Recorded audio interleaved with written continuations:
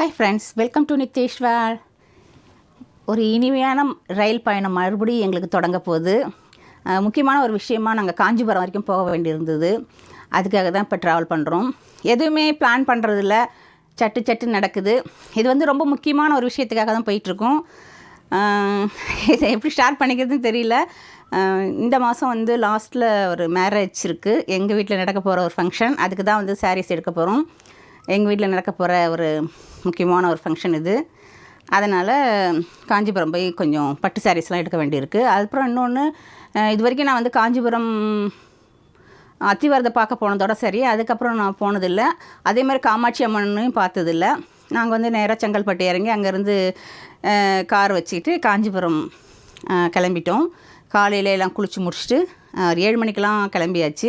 காலையிலே போயிட்டேன்னா ஒரு இடம் போகிறோன்னா பட்டுன்னு காலையிலே போயிடணும் கோயிலுக்கு, இல்லைன்னா கூட்டம் அதிகமாகிடுது. அதனால் சமாளிக்க முடியாமல் நம்ம க்யூவில் நிற்க வேண்டி வரும், பல பிரச்சனைகள் சந்திக்க வேண்டி வரும். அதனால் நாங்கள் காலையிலே கிளம்பிட்டோம். எப்படியும் போகிறது தான் போகிறோம் அப்படின்ட்டு கிளம்பியாச்சு. அந்த வேளை ஒரு இது பாருங்கள், ட்ரெயின் கிராஸ் ஆகுது. ரொம்ப சூப்பராக இருந்தது பார்க்குறதுக்கு. நம்ம நிச்சயஸ்ரீக்கு ரொம்ப ஹாப்பி. ஏன்னா வரும்போதும் ட்ரெயினில் வந்தோம், அங்கே நின்றுட்டு செம்மையாக ட்ரெயின் போகிறத பார்த்து என்ஜாய் பண்ணிகிட்டு இருந்தா. அவளுக்கு இப்படி ஊர் சுற்றிக்கிட்டே இருந்தால் ஜாலியாக தான் இருக்குது. என்ன பண்ணுறது, இந்த வருஷம் 10th வேறு, கொஞ்சமாவது படிக்கணும், எழுதணும். அவள் இன்னும் சின்ன பிள்ளையாகவே விளையாடிக்கிட்டு இருக்கா. இருந்தாலும் முக்கியமான சில விஷயங்களுக்கு வெளியில் போனால் அவளையும் அழைச்சிட்டு போக வேண்டியதாக இருக்குது. ஏன்னா ஃபுல் அண்ட் ஃபுல் நம்ம அண்டரில் தான் அவள் இருக்கணும். அதனாலேயே நான் எங்கே போனாலும் அழைச்சிட்டு போக வேண்டியதாக இருக்குது. பெரியவங்க யாரும் இல்லை வீட்டில் விட்டுட்டு போகவும். அதனால் அழைச்சின்னு போயாச்சு. நித்யா பிரியா 2 பேருமே இந்த தடவை அழைச்சின்னு போயிட்டேன். பார்த்திங்கன்னா கோயில்கிட்ட வந்தாச்சு. காலையிலே நாங்கள் வந்துவிட்டோம். போனவுடனே அம்பாளுக்கு கொஞ்சம் மல்லிகைப்பூ வாங்கிட்டேன். நல்லா சூப்பராக ஃப்ரெஷ்ஷான பூவாக தான் இருந்தது. அப்புறம் நாங்கள் கொஞ்சம் வச்சுக்கிறதுக்கு வாங்கிட்டு அம்பாளுக்கு வாங்கிட்டோம் ஒரு 3 முழம் போல். தாமரைப்பூ அர்ச்சனைக்குள்ளது எல்லாமே காலையில் எல்லாமே கடை திறந்து வச்சுருந்தாங்க. அதனால் எல்லாமே அங்கேயே வாங்கியாச்சு. நம்ம ஒரு புது இடத்துக்கு போகிறோன்னா தேடிட்டுலாம் ஒரு இடம் போக முடியாது. இருக்கிற இடத்துல எல்லாமே வாங்கிக்க வேண்டியதான். அதனால் அங்கேயே வாங்கிட்டேன். அதுக்கப்புறம் பார்த்திங்கன்னா காமாட்சிங்க பார்த்தா அவ்வளோ ஒரு சக்தி. ஏன்னா அங்கே என்ன சொல்கிறது, ஸ்ரீசக்கரம் இருக்குது. அவ்வளோ பவர்ஃபுல்லாக ஆதிசங்கரர் வச்சது. அம்பாளுக்கு தேவையான அந்த வளையல்லாம் வாங்கிட்டேன். மஞ்சள் குங்குமம் வளையல். ஃபஸ்ட் டைம் பார்க்க போகிறேன் அம்மாவை, காமாட்சி அம்மனை ஃபஸ்ட்டு பார்க்க போகிறேன். அதனால் எல்லாமே வாங்கிட்டேன். ரொம்ப சந்தோஷமாக இருந்தது. இந்த எதிர்பார்க்காத இந்த தரிசனம் எனக்கு கிடச்சிது. போகணும் அப்படிங்கிறதெல்லாம் ஒரு கொடுப்பனையாக நினச்சேன்னா, நம்ம நித்யஸ்ரீ அழைச்சிட்டு போகிறதுங்கிறது எனக்கு இன்னும் ரொம்ப சந்தோஷம். ஆதிசங்கரர் இருந்த இடம், நம்ம ஜெகத்குரு இருந்தது, இப்படி எல்லாமே சக்தி வாய்ந்த நடமாடும் தெய்வங்கள் இருந்த ஒரு இடத்துக்கு நான் நித்யஸ்ரீ அழைச்சிட்டு போகிறது எனக்கு ரொம்ப சந்தோஷமான ஒரு மனநிலையை கொடுக்குது எனக்கு. கொஞ்சம் தூரம் தான் கேமரா அலோடு, அதுக்கப்புறம் கிடையாது அப்படின்ட்டாங்க. அதனால் இங்கேருந்தே கொஞ்சம் எல்லாமே கவர் பண்ணிக்கிட்டோம். போனவுடனே தெப்பக்குளம் பாருங்கள், எவ்வளோ அழகாக இருக்குது பாருங்கள். அதெல்லாம் ஃபஸ்ட் டைம் பார்க்குறேன்னா ரொம்ப சந்தோஷமாக மனநிலையில் இருந்தது எனக்கு. அதை எப்படி விவரிக்கிறதுனே தெரியல. இதெல்லாம் அவ்வளோ ஒரு மனசு அவ்வளோ ஒரு பூரிப்பாக இருக்குது. எதிர்பார்க்காத நேரத்தில் இந்த தரிசனம் கிடைக்கிறது அப்படிங்கிறது. சாமியெல்லாம் நாங்கள் பார்த்துட்டு நமஸ்காரம் பண்ணிட்டு வெளியில் வந்தோம். பார்த்திங்கன்னா அங்கே ஆஞ்சநேயர் உட்காந்துட்டுருக்காரு. அப்புறம் அவளுக்கு நித்யஸ்ரீ வாழைப்பழம் தரேன் அப்படின்னா, சரி அர்ச்சனை பண்ணி எடுத்துகிட்டு வந்தது 2 இருந்தது. அதை கொடுத்துட்டு நமஸ்காரம் பண்ணிட்டு கிளம்பிட்டோம். சின்ன விஷயங்கள் நமக்கு ஒரு எனர்ஜி தரும். உடம்புக்கு முடியாமல் நான் அப்படியே இருந்தேன் ஒரு 1.5 மாதம் போல். இந்த பயணம் எனக்கு மறுபடியும் ஒரு புத்துணர்வு கொடுத்துருக்கு. ரொம்ப மன தைரியத்தையும் தெம்பையும் கொடுத்துருக்கு. இதை அப்படியே ஃபாலோ பண்ணணும். எல்லாருமே கேட்டுருந்தீங்க என்னுடைய உடம்பு நிலை எப்படி இருக்குதுன்னு. கொஞ்சம் பரவாயில்ல, ஹெல்த் தான் இல்லை, மற்றபடி ஓரளவுக்கு எல்லாமே நார்மலாக தான் இருக்கேன். மறுபடியும் ரிசல்ட் வாங்கிறதுக்கு போகணும் திருவனந்தபுரம். அதுக்கப்புறம் ஒன்றும் இல்லைன்னா தான் மறுபடியும் ஹெல்த்துக்காக வேண்டி நான் நீ சாப்பிட்டுட்டு கொஞ்சம் உடம்பு கேர் பண்ணிக்கணும். மற்றபடி எல்லாமே நார்மலாக நல்லா இருக்கேன். பிரம்மாண்டமாக இருந்தது கோவில். பிரகாரம்லாம் சுற்ற முடியல. ஏன்னா அடுத்தது உடனே காஞ்சிபுரம் புடவை எடுக்காமல் இருக்க முடியாதுல்ல, போனதே நம்ம அதுக்கு தானே. அதனால் முக்கியமாக அந்த புடவை எடுக்கிறதுக்காக சாமியெல்லாம் தரிசனம் பண்ணிவிட்டு அம்பாள்கிட்ட வேண்டிண்டு கல்யாண பத்திரிக்கைலாம் அங்கே வச்சுட்டு நல்லபடியாக எல்லாமே பிரச்சனை இல்லாமல் நடக்கணும் அப்படின்னு வேண்டிக்கிட்டு கிளம்பிட்டோம். நிறைய ஃபோட்டோஸ்லாம் எடுத்தோம். பசங்களுக்கு இந்த மாதிரி கோவில் குளம்லாம் அழைச்சிட்டு போகும்போது அவங்களுக்கும் ஒரு என்ன சொல்கிறது, ஒரு விதமான சக்தி கிடைக்கும். குழந்தைங்களுக்கு நம்மளுடைய கலாச்சாரம் பண்பாடெல்லாம் வந்து அவங்க வந்து தெரிஞ்சுப்பாங்க. எல்லாமே கேட்டுட்டு இருந்தா ஆதிசங்கரர் அங்கே இருந்தது, அவருடைய அந்த படங்கள்லாம் பார்த்துட்டு இது என்ன அது என்னன்னு எல்லாமே டவுட்ஸ் கேட்டாங்க 2 பேருமே. அதெல்லாம் சொல்லி கிளியர் பண்ணி அழகாக அவங்களுக்கு புரிய வச்சு இந்த கோவிலோட மகத்துவம் பெருமை இதெல்லாம் சொல்லி அப்புறம் வெளியில் வந்துட்டோம். அப்புறம் எனக்கு கொஞ்சம் வளையல்லாம் வாங்கினேன். கண்ணாடி வளையல்லாம் எனக்கு ரொம்ப பிடிக்கும். அதனால் மஞ்சள் குங்குமமும் கண்ணாடி வளையல் எல்லாம் வாங்கிட்டு அப்படியே கிளம்பணும். ஏன்னா காலையில் சாப்பிடாம போயிட்டோம். இது தரிசனம் முடிச்சுட்டு தான் சாப்பிட்ணும் அப்படிங்கிறதுனால தரிசனம்லாம் முடிச்சுட்டு வெளில வந்துட்டோம். அப்புறம் பக்கத்துலேயே ஒரு ஹோட்டல் இருந்தது, அங்கே போகலாம் அப்படின்னு சொல்லிட்டு அந்த கோவில் வாசலில் நின்று அழகாக கொஞ்சம் ஃபோட்டோஸ் எடுத்தோம். அதுக்கப்புறமா நாங்கள் சாப்பிட வந்தாச்சு. அங்கே ஏகப்பட்ட வெரைட்டிஸ் மெனுலாம் போட்டிருந்தாங்க காலையிலே. எது எப்படின்னா ராகி தோசை, கம்பு தோசை, அது இப்போ எல்லாமே அப்படி வந்துட்டாங்களா, அவங்களும் ஹோட்டலில் அந்த மாதிரி தான் நிறையா போட ஆரம்பிச்சிட்டாங்க.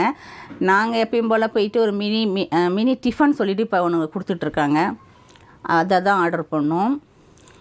நல்ல பெரிய ஹோட்டல், ஆனால் எல்லாமே லேட் ஆகுது கொடுக்க. அப்புறம் நாங்கள்லாம் உட்காந்துருந்தோம். அப்புறம் நித்யஸ்ரீ தெரிஞ்சு நிறைய பேர் வந்து பேசுனாங்க. நம்ம சப்ஸ்கிரைபர் ரொம்ப தேங்க்ஸ். அவங்கெல்லாம் வந்து நம்ம நல்லா பெரியவங்க தான் ஆசீர்வாதம் பண்ணி அவங்களுடைய பரிபூர்ண அன்பு கொடுக்குறதுனால தான், கடவுள் புண்ணியத்தில் எல்லா பெரியவங்களுடைய ஆசீர்வாதமும் நித்யஸ்ரீ கிடைக்கிறதுனால தான் அவள் இந்த அளவுக்கு யாரோடைய துணையும் இல்லாமல் அவள் வேலையை பார்த்துட்டு. ஃபஸ்ட்லாம் போனேன்னா ஹோட்டலுக்கு ஃபஸ்ட்டு ஆர்டர் பண்ணி அவளுக்கு ஊட்டி விட்டுட்டு அதுக்கப்புறம் தான் நாங்கள் சாப்பிட உட்காருவோம்.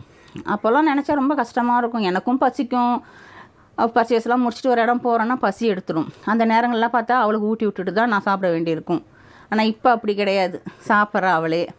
சாப்பிட்டுக்கிட்ட முடிச்சுட்டு நாங்கள் லக்ஷ்யா சில்க்ஸ் இப்போ யூடியூப்பில் ரொம்ப ஃபேமஸாக போயிட்டுருக்கு. நிறைய சினி ஃபீல்டில் உள்ளவங்க, சீரியலில் உள்ளவங்கலாம் வந்து அங்கே வீடியோஸ் எடுத்து நிறைய அப்லோட் பண்ணிகிட்ருக்காங்க.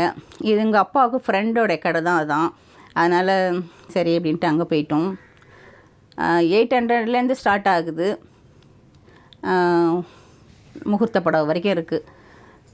நான் கொஞ்சம் ஒரு 10 புடவை எடுக்க வேண்டியிருந்தது. அதனால் சரி அப்படின்ட்டு ஒரு 1200, 1500, 3000 அந்த மாதிரி உள்ள ரேட்லலாம் பார்த்தேன். எல்லாமே ரொம்ப சூப்பராக அழகாக இருந்தது. நிறைய செலக்ட் பண்ணி எல்லா புடவையும் போட்டுட்டு அதில் எவ்வளோ தேவையோ அவ்வளோ எடுத்தோம். அங்கே வந்து பார்கனிங் கிடையாது, அவங்க ஃபிக்ஸட் ரேட்டு தான். அவங்க என்ன போட்டுருவாங்களோ அவ்வளோதான். அதனால் நமக்கு என்ன தேவையோ பார்த்து நிறைய கொண்டு வந்து கொடுத்தாங்க. எந்த முக சுளிப்பும் கிடையாது. ஆனால் சூப்பராக இருந்தது. சாரீஸ்லாம் குவாலிட்டியாக இருந்தது. இப்போ வெளியிலலாம் வாங்கினா நல்லா அதை விட டபுள் ரேட்டாக இருக்கும். இங்கே வந்து நல்லா விலைலாம் பரவாயில்ல மாதிரி இருக்குது. நம்ம என்ன ரேட்டு கேட்குறோமோ அந்த ரேட்டுக்கு அவங்க கொடுக்குறாங்க. அதெல்லாம் வாங்கிட்டு அப்படியே நாங்கள் கிளம்பிட்டோம். அப்புறம் பிரதோஷம் அன்றைக்கி அப்படியே கோவிலுக்கு போகணும். சாயங்காலம் ஆகிடுச்சு, மணி 5:30 மணி. பக்கத்துலேயே சிவன் கோவில், அங்கே போயிட்டு சாமிலாம் வந்து தரிசனம் பண்ணிவிட்டு நந்திகேஸ்வரர் வணங்கிட்டு கிளம்பிட்டோம். பார்த்திங்கன்னா நைட்டு மழை சென்னையில் சும்மா சக்கை போடுது. நாங்கள் எல்லா வேலையும் முடிச்சுட்டு நல்லபடியாக ட்ரெயின் ஏறணும். மறுநாள் காலையில் எங்களுக்கு ட்ரெயின்னு. பார்த்திங்கன்னா இடி மின்னலோட கூடிய செம்ம மழை, தாங்க முடியல எங்களுக்கு. ஒரு பக்கம் சந்தோஷமாக இருக்குது, ஒரு பக்கம் வந்து ஐயோ என்னடா மழை இப்படி பெய்யுதேன்னு. பார்த்திங்கன்னா ரோடெல்லாம் அந்த ஒரு 10 நிமிஷம் பெஞ்ச மழைக்கே வந்து வெள்ளமாக ஓட ஆரம்பிச்சிருச்சு. அப்போ தான் நினச்சேன், ஐயோ அந்த மழைக்கெல்லாம் அதனால தான் முழங்கால் அளவுக்கு தண்ணி இருக்கிறது கழுத்தளவுக்கு வந்துருச்சு போல இருக்குதுன்னு நினச்சிக்கிட்டேன். பாவம் மக்கள்லாம் ரொம்ப அந்த மழை டைமில் சென்னையில் கஷ்டப்படுறாங்க. இதுக்கு விழிவு காலம் தான் என்னென்னே தெரியல. பாவம் பைக்கு எதேச்சா மழை திடீர்னு பெய்ய ஆரம்பிச்சோன்னே எல்லாமே நனைஞ்சிட்டாங்க ரோட்டில் போகிறவங்கெல்லாம். அவ்வளோ மழை, சொல்ல முடியாத அளவுக்கு இடி மின்னலோட கூடிய மழைன்னு சொல்லுவாங்க, அந்த மாதிரி தரன்னு ஊற்ற ஆரம்பிச்சிருச்சு. எங்கள் ஃபோனெல்லாம் நனைய ஆரம்பிச்சிருச்சு. ஒரு வழியாக அதெல்லாம் இது பண்ணிவிட்டு அது நாங்கள் கொஞ்சம் சரி வீடியோ எடுக்கலான்ட்டு வெளியில் வச்சோன்னே ஃபோன் ஃபுல்லாக நனைஞ்சி போச்சு. அப்புறம் அதெல்லாம் க்ளீன் பண்ணிவிட்டு பார்க்க நல்லா தான் இருக்குது மழை. வண்டி வந்து போக முடியல மாட்டேங்குது. பார்த்து போக வேண்டியது. எங்கே பள்ளம் மேடு இருக்குது அப்படின்ட்டு ஒரு மாதிரி பயமாக இருக்குது. எங்கேயாவது வண்டியை பள்ளத்தில் விட்டுருவாங்களோ அப்படிங்கிற மாதிரி தான் இருந்தது. நாங்கள் அந்த அங்கே செங்கல்பட்டில் ரூம் போட்டிருந்தோம். ராத்திரி 11 மணி ஆயிடுச்சு நாங்கள் போகிறதுக்கு. அதுக்கப்புறம் மறுநாள் காலையில் நாங்கள் கிளம்பிட்டோம். கூடங்குளத்துக்கு எங்கள் பயணம் தொடங்கிடுச்சு.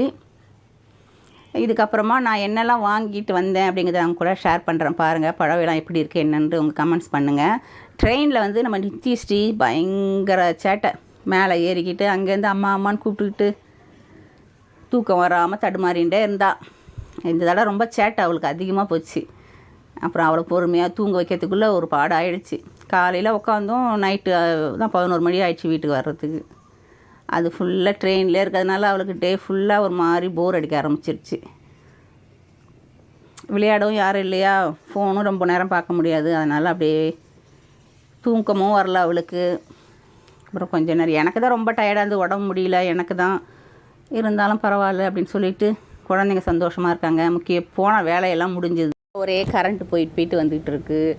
இன்றைக்கி என்னென்னு தெரியல, மழை வர மாதிரி கிளைமேட்லாம் இங்கே பயங்கரமாக அப்படியே காற்று அதிகமாக இருக்குது, இடி மின்னலாக இருக்குது. எப்படிங்க நைட் மழை வருமா என்னன்னு தெரியல.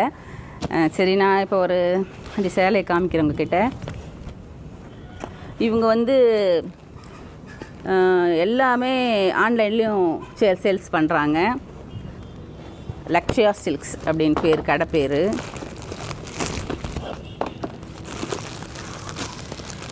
பார்த்திங்கன்னா ப்ளூ கலர் எனக்கு ரொம்ப பிடிச்ச கலர். அதனால் காப்பர் ஜரி வச்ச இதில் அழகாக இருக்குது பாருங்கள்.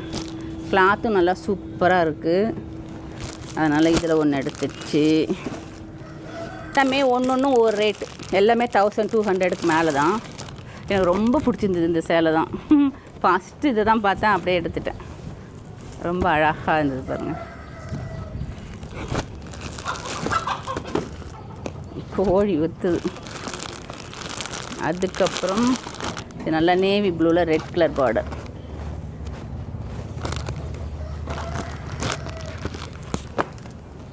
அதுக்கப்புறம் அந்த ப்ளூவில் இது வேறு ப்ளூ.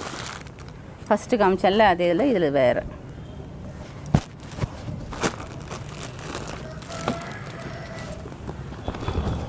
அதுக்கப்புறம் அழகான ஒரு மயில் கட்டு கலர்.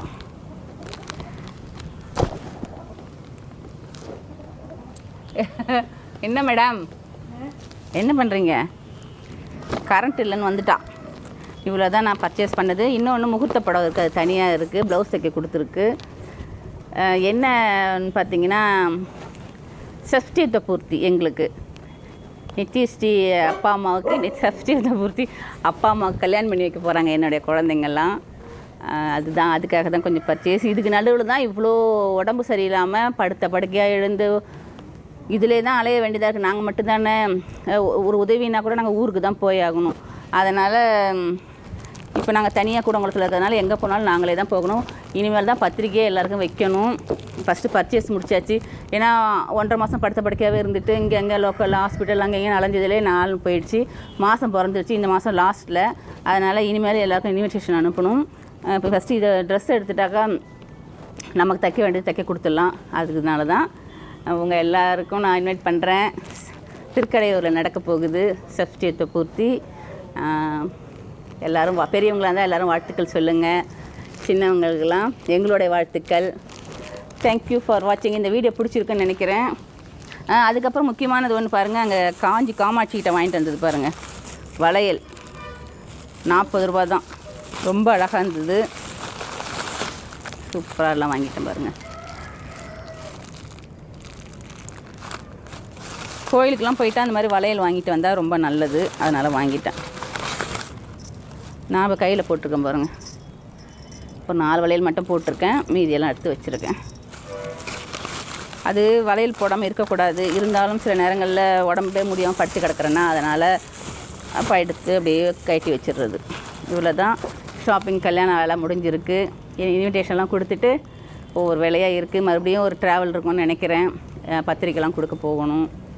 பார்ப்போம். நாளைக்கு இப்போ ஜூலை 6 மறுபடியும் திருவனந்தபுரம் போகணும். அந்த டெஸ்ட்டு பார்த்துட்டு எந்த இதுவும் இல்லைன்னா கடவுளுக்கு நன்றி சொல்லிவிட்டு மறுபடியும் கல்யாண வேலைகளில் இறங்கணும். பார்ப்போம். இந்த வீடியோ உங்களுக்கு பிடிச்சிருக்குன்னு நினைக்கிறேன். தேங்க்யூ ஃபார் வாட்சிங். பாய். தேங்க்யூ. வந்து பூனைக்குட்டி எங்கே வந்தாலும் சுற்றிக்கிட்டே இருப்பா கூடவே பூனைக்குட்டி பாய்